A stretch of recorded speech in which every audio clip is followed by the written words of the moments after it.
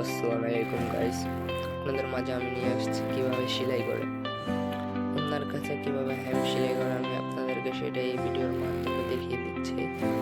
So আপনারা মনোযোগ সহকারে দেখে নেবেন, শিখে নেবেন কিভাবে ওনার কাছে হ্যাম সেলাই করে। আপনারা তো দেখতেই পাচ্ছেন যে আমি কিভাবে হ্যাম সেলাই করতেছি।